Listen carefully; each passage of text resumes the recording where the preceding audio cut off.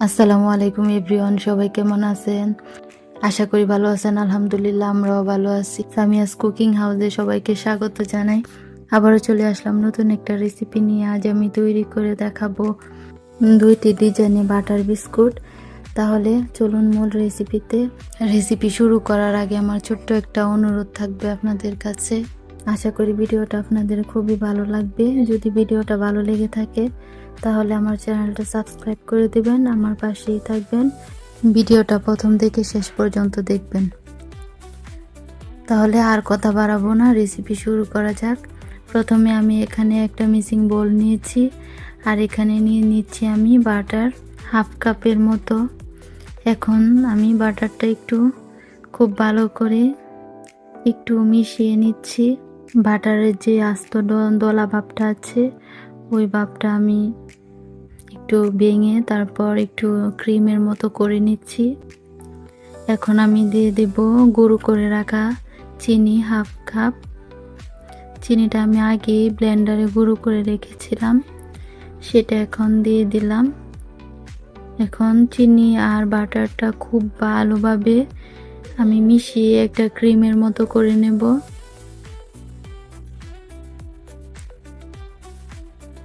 একটু সময় নিয়ে ধৈর্য সহকারে কাজটা করতে হবে।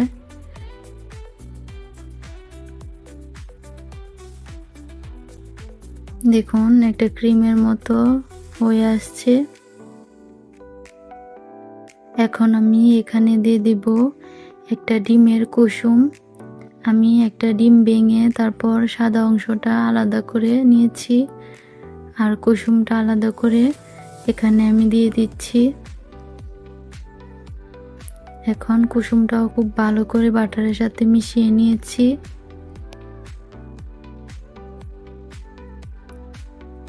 এখন আমি এখানে দিয়ে দেব আটা।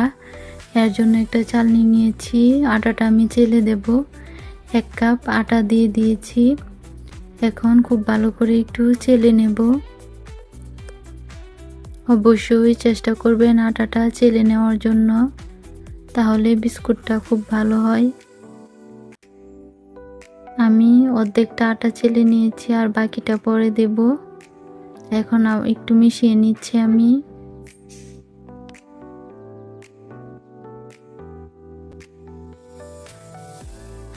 দেখুন আমি একটু মিশিয়ে নিয়েছি, এখন বাকি আটাটা দিয়ে দিচ্ছি।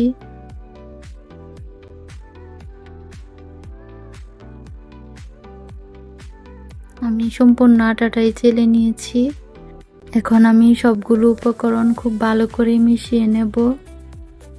এখানে আমি ডোয়ের মতো করব না, একটু নরমই থাকবে, কারণ এই বিস্কুটটা আমি পাইপিং ব্যাগের মধ্যে ভরে তারপর বানাবো, তাই একটু ডোটা নরমই থাকতে হবে।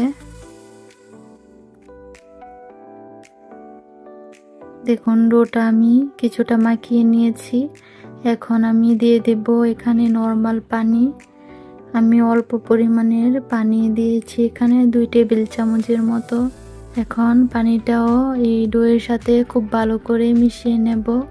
আমি এখানে পানি ব্যবহার করেছি, আপনারা চাইলে এখানে লিকুইড গরুর দুধও ব্যবহার করতে পারেন। এর জন্য দুধটা অবশ্যই নরমাল হতে হবে। আগে জাল দিয়ে নরমাল করে তারপর দিতে হবে এখানে। দেখুন আমার ডোটা মাখানো হয়ে গেছে, এক সাইডে রেখে দিলাম। আর এদিকে আমি একটা পাইপিং ব্যাগ নিয়েছি, ব্যাগটা আমি একটু কেটে নিচ্ছি। এখন একটা 6P নজেল এখানে আমি নিয়ে নিচ্ছি। নজেলটা পাইপিং ব্যাগের ভিতরে সেট করে নিয়েছি আমি। এখন এখানে আমি একটা গ্লাস নিয়েছি, গ্লাসের ভেতরে পাইপিং ব্যাগটা দিয়ে দিচ্ছি, যাতে করে সুন্দরভাবে ডোটা ভিতরে দেওয়া যায়। এখন আমি অল্প অল্প করে ডো এর মধ্যে দিয়ে দিচ্ছি।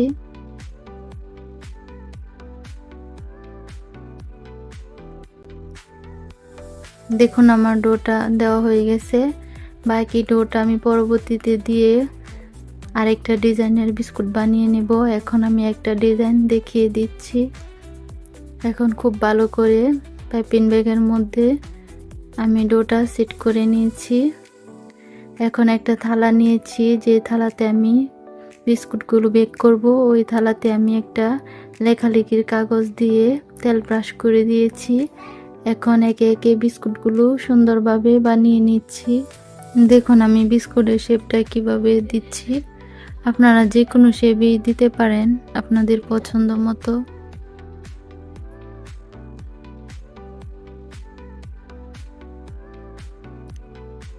আমি সবগুলো বিস্কুটই এখানে বানিয়ে নিয়েছি।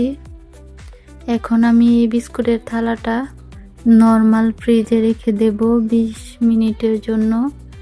আমি এখানে 15 থেকে 20 মিনিট রাখবো, এর থেকে বেশি সময় রাখবো না। দেখুন আমি 20 মিনিট পর নামিয়ে নিয়েছি। অনেকটাই বিস্কুটটা শক্ত হয়ে গেছে। এখন চুলায় আমি একটা পাতিল বসিয়ে দিয়েছি আর দিয়ে দিয়েছি পাতিলের ভেতরে একটা স্ট্যানার। এখন থালাটা স্ট্যানারের উপরে দিয়ে ঢাকনা দিয়ে ঢেকে আমি বেক করে নেব 20 থেকে 25 মিনিট। দেখুন 20 থেকে 25 মিনিট বেক করার পর আমার বিস্কুটটা হয়ে গেছে। এখন আমি নামিয়ে নিয়েছি। বিস্কুটটা অনেকটাই সুন্দর হয়েছে, একদমই পুড়ে যায়নি, আবার উপরেও সুন্দর কালার চলে এসেছে। মোবাইলের মধ্যে তেমন বোঝা যাচ্ছে না, খুব সুন্দর একটা কালার এসেছে। এখন আমি বিস্কুটটি নামিয়ে পরের বাকি যে বিস্কুটগুলো ওগুলো আমি বানিয়ে নেব। পরের বেসের বিস্কুটগুলো আমি অন্য ডিজাইনে বানাবো, সেটাও আপনাদেরকে দেখিয়ে দিচ্ছি। দেখুন আমি কি ডিজাইনে বানাচ্ছি।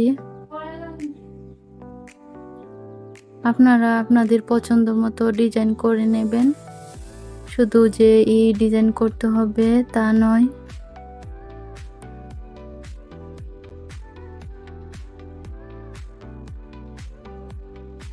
দেখুন খুব সুন্দর করে আমি সবগুলো বিস্কুট বানিয়ে নিচ্ছি।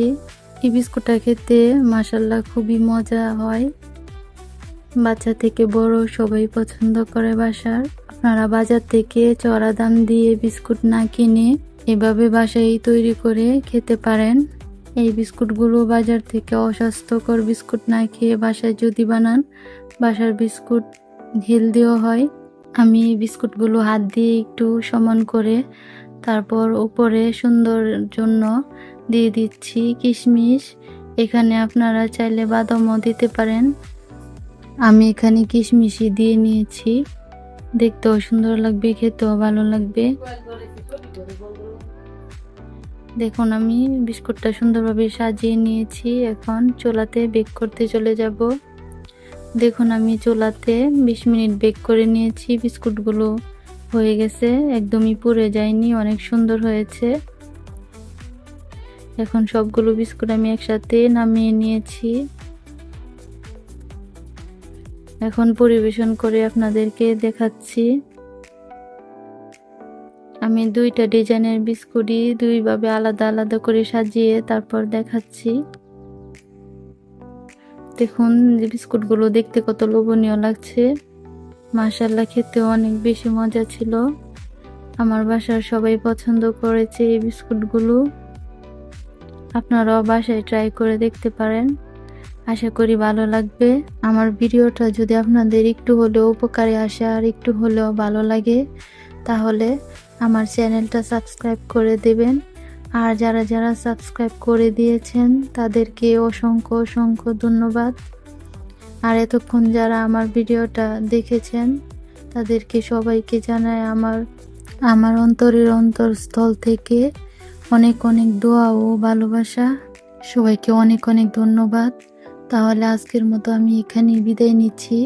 দেখা হবে পরের ভিডিওতে। ততক্ষণ সবাই ভালো থাকেন, সুস্থ থাকেন, নিরাপদে থাকেন। সবার খেয়াল রাখবেন। আমার জন্য সবাই দোয়া করবেন। আল্লাহ হাফেজ।